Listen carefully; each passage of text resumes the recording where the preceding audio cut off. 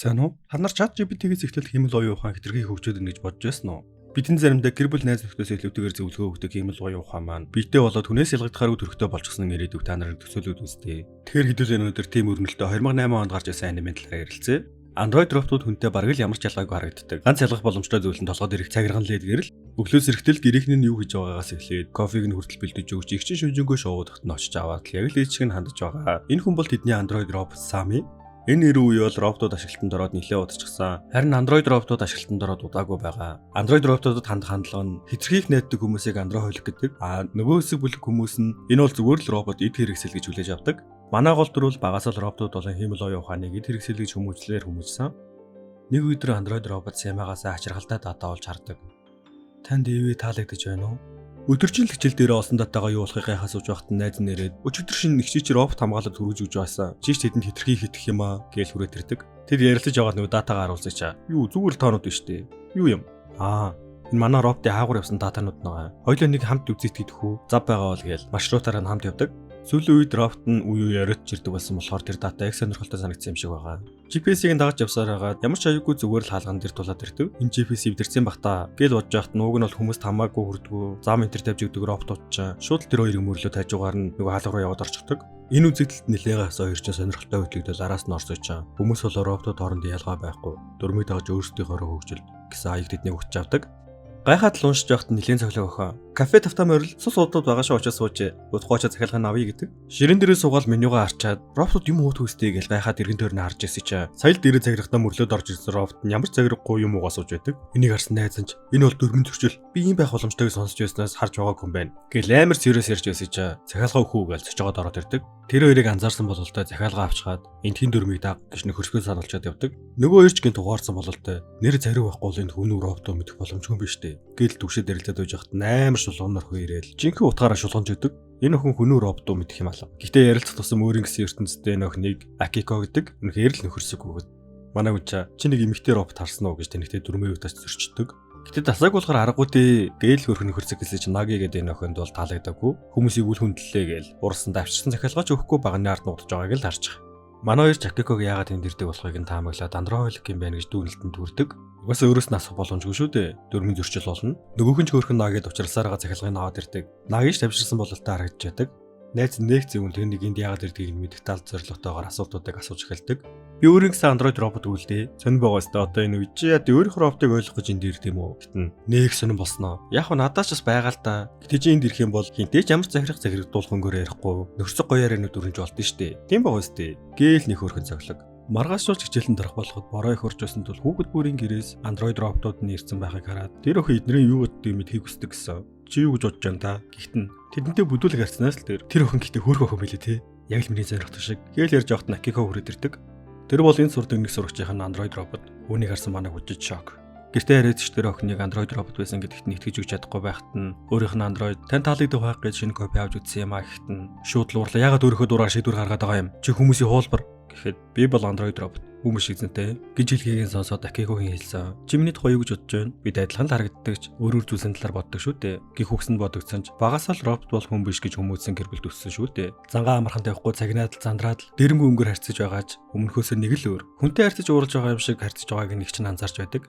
Телевизэн мэдээгээр хүртэл Android-уудыг хүмүүтэр хүлээж авдаг Android хойлох хүмүүсийг найз нөхдгөө ганцаардмал хүмүүс найз нөхдөдөө болох гэж л ядмаг орлого хийж байгаа нь гэдэл анги дээр нь ангийнх нь хүүхдийнх нь марцсан хувцсыг нь авчирсан роботоо баярлаа гэж хэлтий чи Android хойлох юм байна штэ гэж шоолоод л ер нь бол ганц манай хүн ч биш нийгмээрээ тэр чигтээ эд бараа хэрэгсэл гэж үлээ авдаг. Ер нь бол тэгж харахыг ч шаарддаг нийгэм нь. Та нарт нэг л тань санагдахгүй байна уу? За тэр шахав. Манай хүн ч роботны хүнсээ цуглуулахаар биш кафе явдггүй гэх талаар ярилцаж байхад найз нь чи харин надад роботондоо итгэдэг байгаа мó гэсэн чинь Sami худлаа ярьдаггүй. Гэтэл дандаа Android нэг бол робот гэж дууддаг байсан хүн чинь гинтл нэрээр нь дуудаад тэргээд ч өөрөө гайхдаг.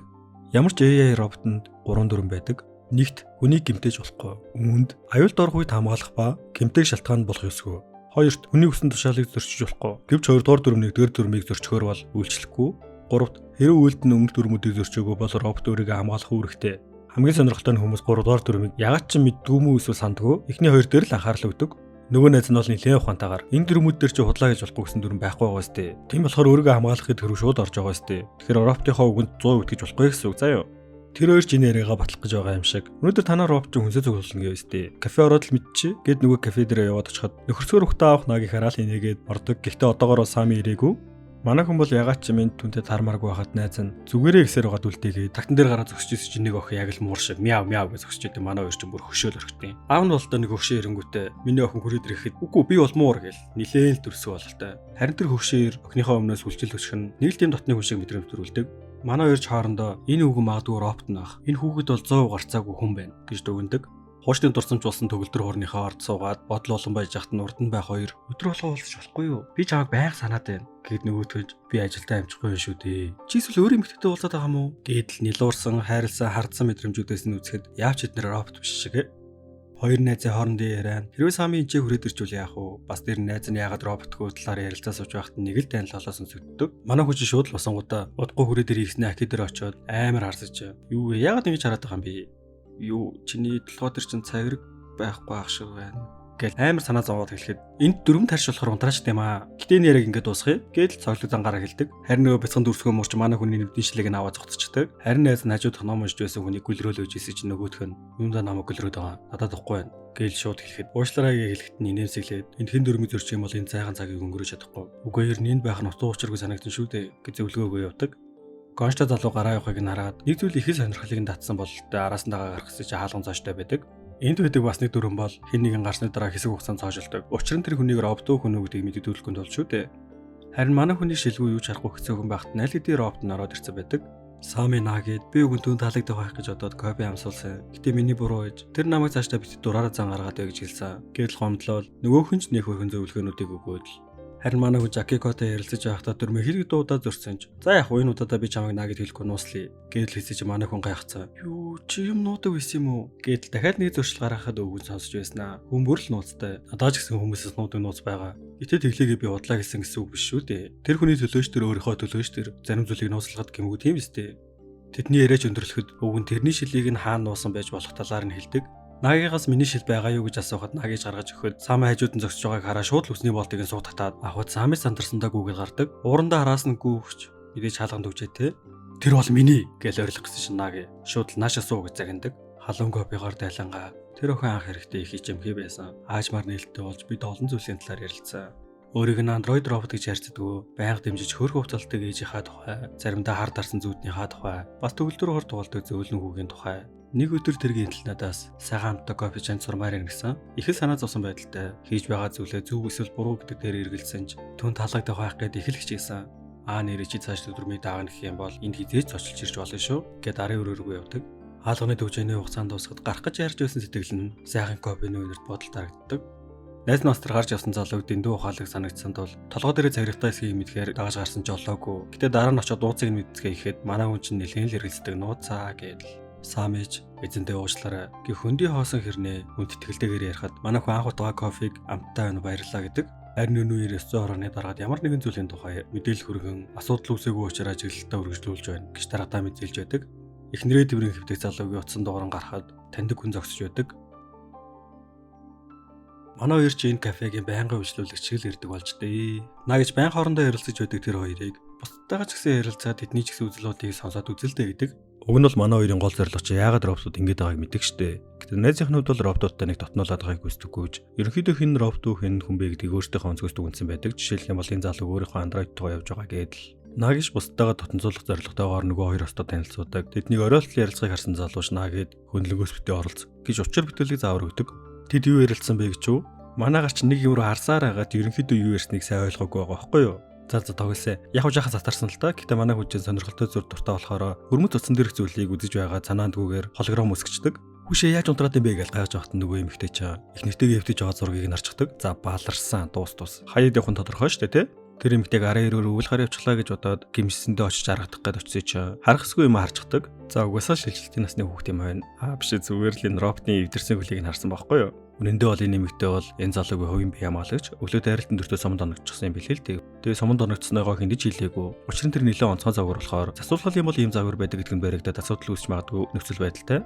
Хэдий хэцүү байгаа ч гэсэн тэр энд ирэх дуртай, өөрийгөө хүн мэтэр мэдрэх, түүнийг жинхэнэ үшиг хүлээж авч харьцдаг хүнтэй байх гэж гэлчээд явах гэж байхад манай хүү араас нь гарч ирснэ. Анх кофений авт өөрчлөлтөд миний уур хүрсэн. Гэтэл би энд ирэхдээ ойлгосон. Тийм болохоор зүгээр түнд хэл юу мэдэрж байгаагаа, юу хэлмээр байгаагаа. Гэтэл манай хүн ч гэсэн нэг зүйлийг ухаарсан бололтой шүү. Харин найз нь энэ бол жинхнээсээ хайр гэж хэлэхэд нь чи хүү юм бэ гэж үгүйсгэж уурлаад байдаг. Нөгөө залууч нөхцөл байдлыг гартаа авч тавинаар чи хүнд магадгүй хүн л ос болно гэж хэлэх гээд байна тийм үү? Гэж хэлэхэд нь тийм. Чи яаж бодохоор энэ төр гэж өргөлцөөч чаа. Би зүгээр л эзнийг илүү ойлгох гэсэн юм гэж авдیں۔ Энэ нөхрөөс гадна би ч гэсэн шок. Энэ үний эзэн Роптондоо хайртай болсон гэртээ яг л жирийн хүмүүс шиг байдаг. Бас энэ нөхрийг Рена гэдэг нөгөө эмэгтэй Ропт ч мэдэхгүй. Түүнийг хүн гэж боддог. Түүнд бити хэлээрэй л гэж авдیں۔ Түүнийг сонссоор Роптыг Роптол гэж хүлээж авдаг байсан нөхөр ч чи хуваагчээсэн хүн юм аа гэж хэлчихэд өөрийгөө гайхаад л. Хоёр банцан хүн ч яах вэ? Хүлсэл өчөөд кофегаар дайлчаад өөр ширээн суудаг. Бас нэг зүйлийг шууд тодорхой болгочих гэж бодож байна. Хүний бие махбодын хэрэгцээг хангах роботууд нууцаар гарсан юм билээ л дээ. Нөгөө засварын газар очиж болохгүй энэ төр гэдээсэн да. Тийм юу яриад байгааг ойлгосон биз дээ тий. Манай хоёр ч өөрсдөө олж авсан мэдээлэлээ хоорондоо ярилцаад гайхаад байж хат нагийн урданд болж ирээд тэд одоогоор нэг бүрэн мэдээгүй байгаа гэж хэлчихэд явагддаг. Тэгжил энд байгаа хүмүүс дээрээд байна уу, роботтой ирээд байна уу гэдгийг мэдэхгүйтэй адилхан. Роботч тэр хүнтэй ирээд байна уу, роботтой ирээд байна уу гэдгийг мэдэхгүй байгаа юм билээ л дээ. Яг л энэ чигээр энэ залуу райнагаа роботоо хүн үү гэдгийг мэдэхгүй байгаа. Зүгээр л хоёулынх нь эзэнгээд байгаа хүмүүс нь хоорондоо дэндүү адилхан царайтай хүмүүс. Оройн гэртээ ирчээд ягаад ч юм өөрийн мэдлэгээр роботондоо хүн шиг анхаарал хандуулсан үгсийг хэлчихэд өөрөө ч тэр симаж тэр гайхдаг. Нэг роботын датанд бүрэн байхгүй болсон ч гэлээ. Нэг зүйлийг санах гэж хичээсээр энгийн нэг өглөө ээжтэйгээ гэрчтэйгээ ярилцсан өглөө өгддөг. Эдний ярен дээрээс мэдэх зүйл нь гэвэл аав нь робот хөгжүүлэгч тэмдэж манай хүн чинь роботуудын талаарх мэдлэг нэлээд зузаан. Өмнөх үе болоо одоо үед ашиглагдж байгаа роботууд нь хоорондоо ямар ялгаатай болохыг ээжтэй тайлбарлаад л мэдээгээр харин эзнийхээ удирдлагаас орсон роботууд нь таны гэмтэх аюултай гэсэн зар явж байдаг. Забажаараа манайхаа. Та нар манга вебтүүн ууших дуртай юу? Тэгвэл манайхаа энд байрлуулсан линк рүү орж үзээд хэрвээ таалагдах юм бол Pentadice гэсэн промо кодыг ашиглаад 10% төлбөрөөс асуулаад орох боломжтой шүү за. Хичээлээ дараа шууд л кафед очиж чинь тэр өдөр тэднээс өөр хүн байдаггүй.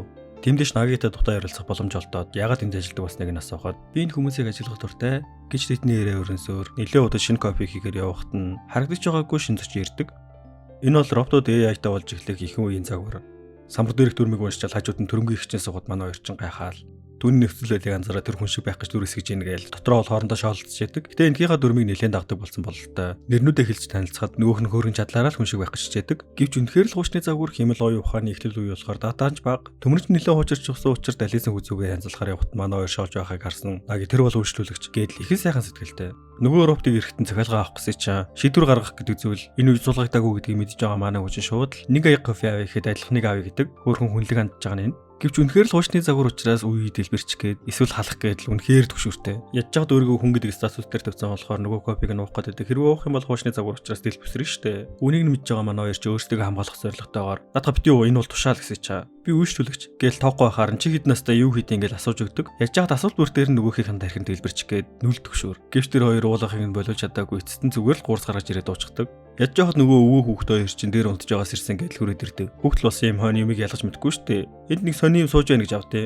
Гэтэ энэ охин арай л дэнд өдөрсгүү заяа. Нэг хүлийг нь госчихсан байдаг за. Тэгээ тэр хоёр ч азар гэрлэггүй явж нөгөө робот ч нагитай нэлээд сайхан тухтай ярилцдаг. Тэр хүүхд тасардаг робот байсан ч хүүхдэн том болохын хэрэг хэрэгцээгүй болж хаягдсан. Хаягтаа зүгээр ч хажаагүй санахог нь гэмтээж. Үйлдвэрийн дахин боловсруулалтанд мөнгө төлөхөөс татгалзан зүгээр л хайчихсан. Үүнийг нь сонссон нагиж түүнийг дэврэхэд тэр албан ёсоор хорвоогоос явсан бололтой тэжээл нь унтардаг.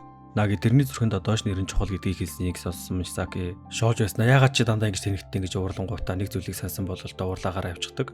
Маргааш өглөөний сами өглөөний цагаа бэлчээ сар болгоо явдаг засварын газар руугаа явцсан байдаг. Их чин жишин болохоор л бити төгөлдрөөр дараатай гэж уурлахад нь манай хүн ягаад ч юм төгөлдрөө хооронд хүрч чадгаа байжсан. Гэвч зүв төвшөөж гэж бодож байдаг. Хичээл дээр явж байхад найз нөгөө хөгшний зургийг наавынхаа компьютероос оллоо гэж харуулдаг. Гэтэ хамгийн сонирхолтой нь нэцэг орлох роботын ашиглалтанд гарч эхлэегүй. Зүгээр л хийгдээ туршилтын шатандаа явж байгаа гэсэн хэсэг. Найз нь өнөөдөр завгүй байсан болохоор ганцаархнаа кафед ирэхэд нөгөө дэггүй зөлгийг чи өвгөн завгүй болчихсон гэд нагийг харж байдаг. Ер нь бол харж байгаа нэртэй л тэр болохоос биш яг харж байгаа хүн бол Акико. Тэмээч тэр хоёр хоёулахнаа үлдэж ярилцаж явахдаа түүнийг сард нэг удаа орхиж явдгийг хэлэхэд Сами яг адилхан засварын газар руу сард нэг удаа явдаг болохыг нь анзаардаг. Тэгснэ жаахан хүүхдүүдийг сатуулж байгаа хүмүүс төр очисноо. Чи түүнийг санаж гэнэ үү? Чи түүнд хайртай юу? Гэж жаахан охиныг өөрийн мэдлэг хямраачдаг. Түүнийг анхын давчрахад их таалагдсан болохоор өдрөөлгөн дагуулж ирдэг болсон. Гэтэл нөгөө гонштой залуучаа ярихад би хүн болохоор муу залуу. Тиймээс хүмүүсийг гомдоолаа гэдэг юм уу чи? Гээл хэдрэглэхэд нь Чи тэр хүний гомдоно гэдэг тодорхойлтыг бүрээ ойлгосон юм уу? Чиний хийсэн үйлдэлүүд чи хэнийг нэг гомдож яана гэж бодож байсан уу? Гэж жаахан зэмлэгт нэг зүйлийг бодсноо яасан дэшигээ гараа суудаг. Найзтайгаа ирээдүйд юу хийх, ямар мэргэжилтэй болох талаараа ярилцаж байхдаа ихэнх мэргэжлийг орлох роботууд гараад ирж гисэн. Гээл ярилцаж байсан тухайгаа бодож байхад доорн төгөлдрөөр хэнийг тоглодог. Хөгжимчин мэргэжлийг орлож чадахгүй, мэдрэмж хэрэгтэй гэж бодож байсан ч Сами төгөлдрөөр тоглож байгааг хардаг. Сами харин зүгээр л сонсож байгаа сурчсан гэж байдаг. Манай хүнд энэ маш тухайн мэдрэмж төрүүлсэн тул буух гэж байхдаа тань Дэвид байх таалагдж байна уу гэсэн бичгтээ оролтыг хараад хаана байгаагаа бас энэ газар өөрт нь ямар мэдрэмжийг төрүүлсэн гэдгийг ухаарад ураасаа илүүтэйгээр ухаанаа урдл болгон доош бууж Самиг ажиглдаг. Түүнийг анзаарсан Самиж сандраад би таныг харсаар байгаа сурччихжээ. Бас би үүнд чинь үнэхээр дуртай уучлаарай. Гэхдээ манай хүн чи өөрөө очоод заавал би нэг тоглоё гэдэл хизэж баг бүрхгүй байх гэж бодож байсан төгөлдрөөрөө тоглодог. Манай хүн ч үүндээ сайн бололтой энд байгаа бүхий л хүмүүст үнд урамшин алга ташдаг. Нөгөө өвөж ирчихсэн охиныгаа жаргалтай байгааг хараад би түүнийг жаргалтай байгааг харах туртай гэж хөрхөөр өрнж явахтан Сами аль хэдийн гараа явцаа байдаг.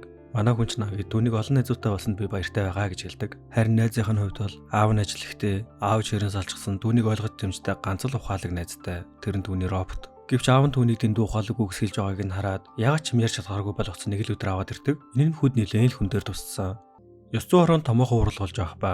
Android роботууд нь зааврын дагуу бас өөрсдийн дураар хөлжөөж магадгүй 1400 газрыг илрүүллээ. Гээл жижиг том гээл хамар хүрээгээр нь ангилсан байдаг. Зарим нь энэ бол сард бус роботууд дүрм зөрчөөгүй гэж хахад зарим нь энэ газруудыг устгахын зүгээд л. Бүх газар төрт дүрмийн зөрчлөлийг мэдэх боломжгүй учраас зориуд тагнах Android роботуудыг илгээн дүрмийн зөрчил гаргаж байгаа роботуудаас гадна хүмүүсийг ойртогтон хяналттай авна л гэж байдаг. Ерөнхийдөө бол энэ хүмүүсийн бодлого нь хүн болоо роботуудын хооронд хэлгээс зар байх ёстой түүнийг нь тогтоох. Энэ хурлын дараагаас эхлээд мэдээгээр хүртэл ирчимтэйгээр хүн болоо роботуудын хоорондын ялгаа гаргахаар ил тодоор ярилцлагууд явж хэдийгээр томчууд одоогоор зүгээр гэж хүлээж авч байгаа ч гэсэн хүүхдүүд тэднийг хүмүүс гэж хүлээж авч байна. Энэ ирээдүйд үзүүлэх нөлөө гэдэл ярьж байгааг нь манай хэд бүнд үзэл сууж байдаг. Микасаг ягаад өөртөө ирэхээ болсныг нь гайхаад асуухт нь зөндөө шалтгаан байгаа ч гол шалтгаан нь телевизээр гарч байгаа хүн. Ёс зүйн хорооны дарга гэдэг хүн чинь Микасагийн аав байдаг. Микасаж бага хасаа л их ярилцдаг байсан. Одоо ч гэсэн түүнтэй ярилцах гэж хичээдэг роботтойгоо Эваг кафен талаар өөрт нь ямар мэдрэмж төрүүлсэн гэд бүхий зүйлсүүдээ ярьж байдаг.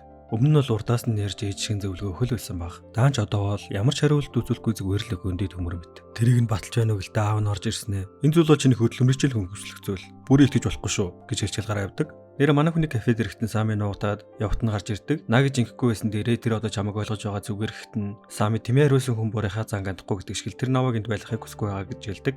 Гэтэ энд байгаа хүмүүс бүгд л жаргалтай харагдаж байгааж хамгийн хэцүү зүйл нь Микаса энэ газрыг авда хэлчихвийг сайдс бүгдийг нь дарж байдаг. Нагийн хэлсэн үнэн байсан гэдгийг нь батлах мэт. Оройн манай хоёр чин хөрхийн ингийн харилцаа яриа өрнүүлж байдаг. Маргааш нь манай хүн найзаасаа асуудгаараа л зүгтээ явах уу гэхтэн татгалзахт нь бүгд чамайг ирээсэй гэж хүсэж байсан гэхэд шууд л очоо чи хөөрчөгдөж гэж хэлчихээ яваад өгдөг. Масагид бол яг л өмнөх өөртөө адилхан санагдаж байдаг. Хэрвээ тэрийг хайрлах юм бол чамаас урах болно гэдэл бодож явдаг. Хөрхийнхөө одоо л аавыгаа робот нь ямар банаг зүйл хийсэн гэдгийг мдээгүй л явж байгаа юм шиг үлээ. Тэгснэ тэр кафе байгаагүйсэн бол тэр байх байсан юм гэж бодохтой зэрэгцэн. Байхгүй болгож чадах юм биш тэг гэх бодлоор жирэн шууд л харж авдаа хэлэх гэсэн ч робот явсан байна. Чи тушаал өгсөн үү?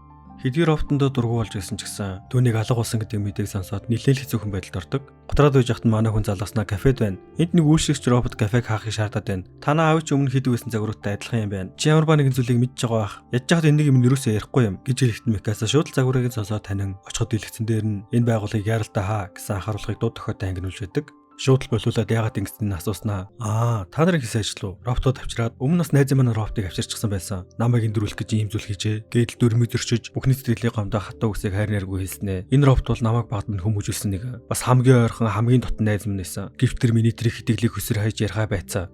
Тийм би роботуудын дүрмийг саяхнаас мэддэг болсон. Роботууд эзэмшдэг хүмүүсийнх нь аль илүү их мэдлэлтэй тушаал өгвөл түүнийг нь илүү хүчтэй хүлээж авдаг. Аав ямар ч үед ярьж болохгүй гэсэн тушаалыг нь мэдгүй байгаа тэр өрөвдөлтөд жаахан хүүхэд хичнээн өөж гуйсан ш намайг үл тоосон. Тиймээс робот бол хүний сэтгэлийг үл тоодог зүгээр л нэг дураа амил гэж жинхэнэ сэлэм шиг үгсүүдийг хэлж байдаг.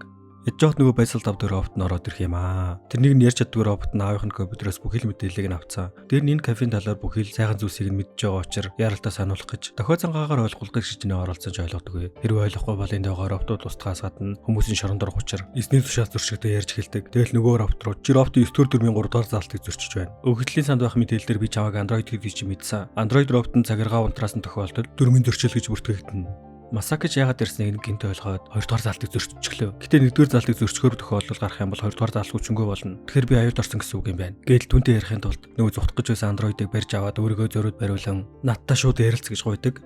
Эцэст нь түүний хэлсэн үг бол би чамтай ярилцаж чадахгүй. Би чамайг үргэлж тэргээс ч хамгаалах болно. Энэ үгсэл Масакид хангалттай байсан. Энэ кафед олон асуудал байгаа. Бас олон нууцч байгаа. Аль нь зөв, аль нь буруу гэдгийг хүмүүсийн зохиосон шийдвэр л мэдхээс биш. Зааваргүй амьдрах шүү дээ. Өө нэрэтээ. Нөгөө ажиглаж байгаа нэг дэд албан тушаалтандаа мэдээлэл дамжуулаад гэсэн нөхөр чих юм байсан гэж хослолтой хүн. Бас та хэдийн мэдхийг хүссэн нэг зүйл байгаа ах гэж найдаж байна. Нагийн андроид үү хүн үү? Наги олон жилийн өмнө бага насндаа хүнд гэмт хэргийн золиос болон хохирсон охирогч. Яагаад энэ ч ажиллах болсон? Тэрэнд ямар санагдах болсон? Үлдсэнийг та бүхний төсөөлтөлдөө.